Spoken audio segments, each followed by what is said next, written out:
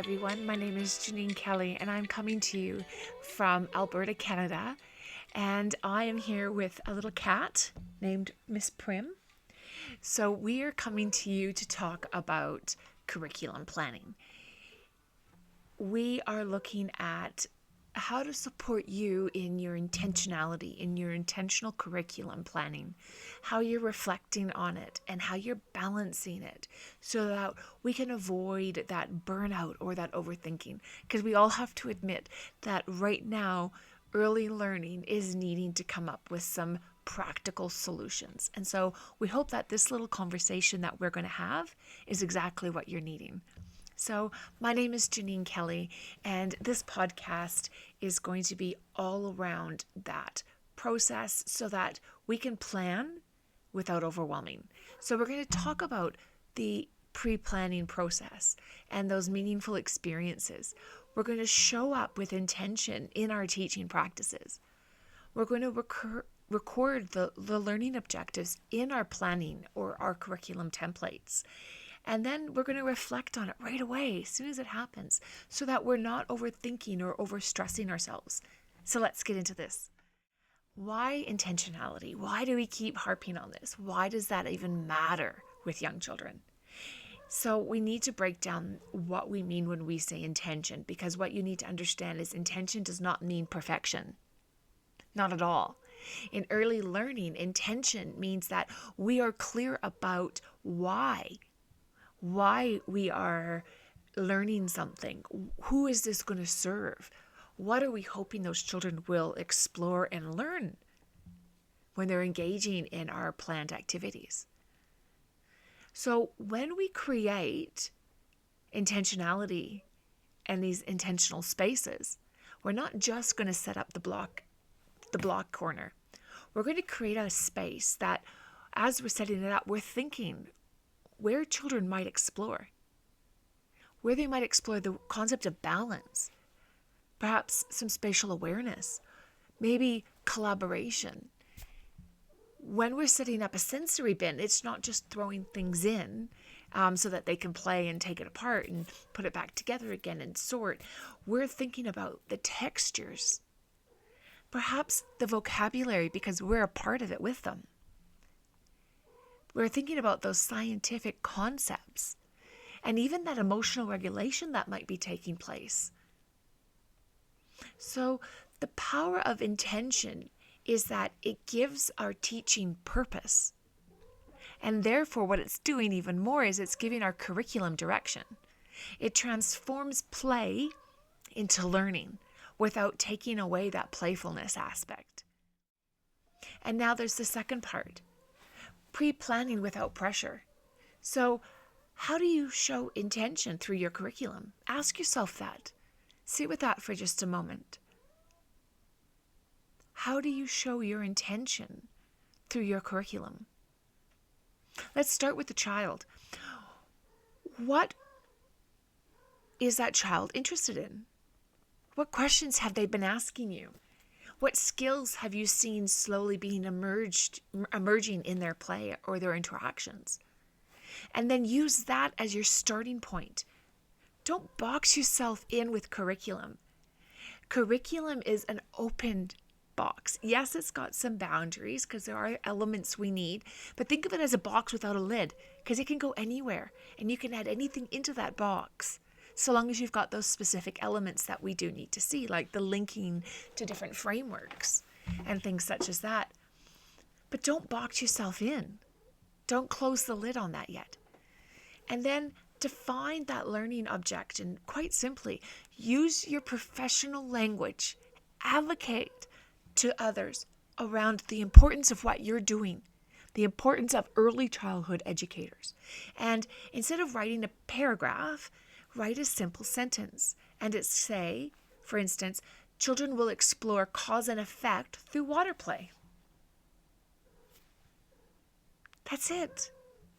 Children will practice turn-taking and language in small group play, or this small group game.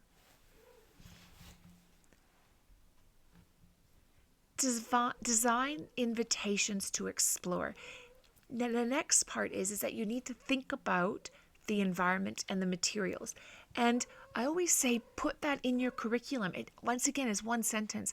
But that way, if you step out for the day, perhaps you have a whole day blocked out for programming, the dream world.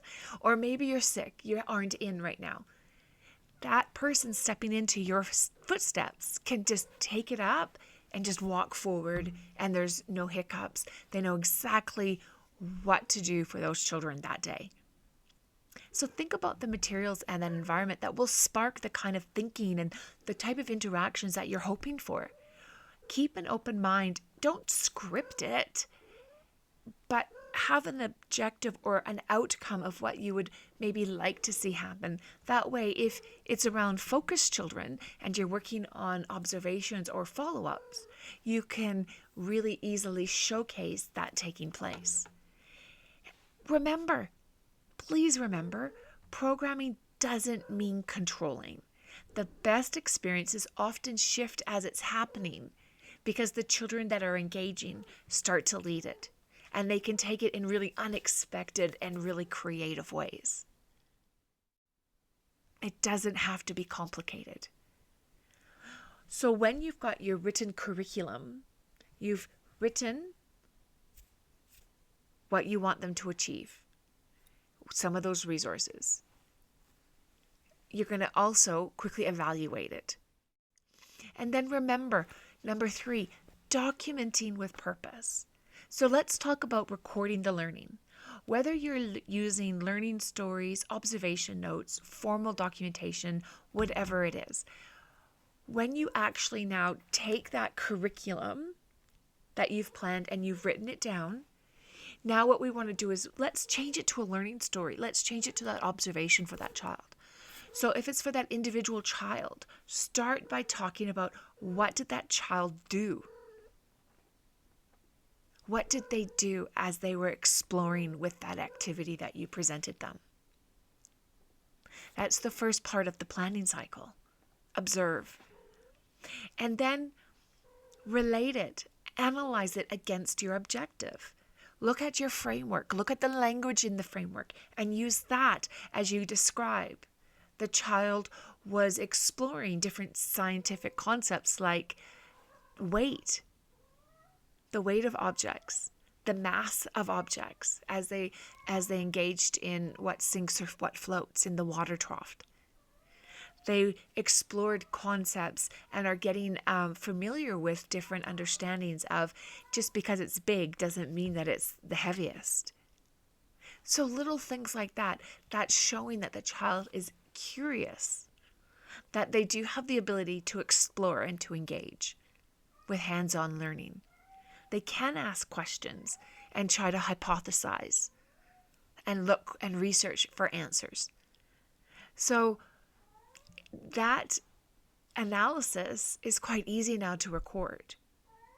That's what it's telling you about their development.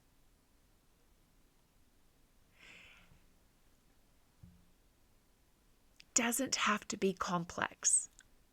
It's just a mirror of that learning that you saw take place. So here's the key. It doesn't need to be perfect. It doesn't need to be exhausting, these write-ups. A photo or a quote, a short reflection of what happened, often is more effective than a really long write-up. So remember that when you're starting to document. Then when you go to that second step, you need to say, okay, what next? What's the next objective for that child? Now you need to add, what are you going to do to add to that skill, to challenge that child that little bit further, that third part of that programming cycle. And so then say, we are going to actually explore the book, What Sinks, What Floats. And we're going to add that literacy. I'm going to give them some small world figurines so they can actually act it out with a scale. And they can see the weight of these different animals. Maybe you read the book and then you research actual animals and their weight measurement. And you say, well, in Google, it's telling us that this is how much a cow weighs, this is how much a mouse weighs, this is how much a pig weighs. You could do it like that. However, whatever skills you're wanting to take it to next is what you would add. And then you follow up and you implement that. And again, you write the observation, you document, you mirror write what actually transpired. And that's it. The wrap up is just that you reflect. You reflect and you think about, what did the overall objective or learning was? Did it benefit that child?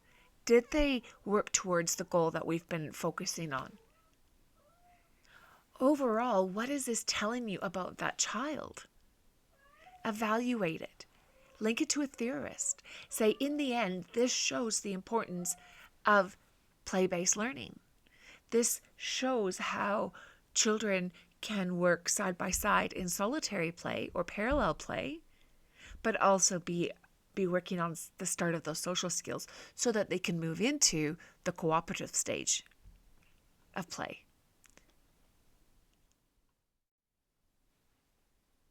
So let's end with this. Let's end with a little bit of honesty.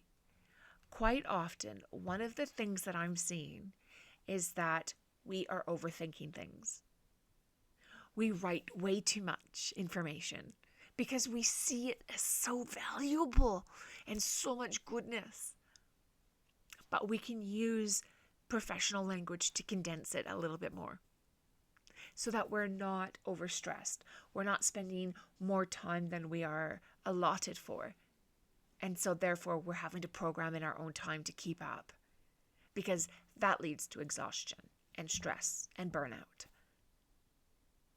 And then we say, well, we just don't get enough time. So let's simplify it for ourselves. Let's really simplify it for ourselves. Let's take a break. So reflection without the spiral. You care, you want to do it right, but don't overplan, don't over-record, or trying to predict and document every moment. It can disconnect you from those children and from the joy and the magic of early learning. As you plan for next week or the next day, I want you to remember, be intentional. Stay grounded in chat with the children. Trust that showing up thoughtfully is enough. That the best curriculum is built with care, not control. Thank you so much for listening to me here at Stepping Stones Professional Development. I really hope that if this episode resonates with you, that you consider sharing it with others. Leaving a review to help others find it. And until next time, stay present, stay curious, and keep it playful.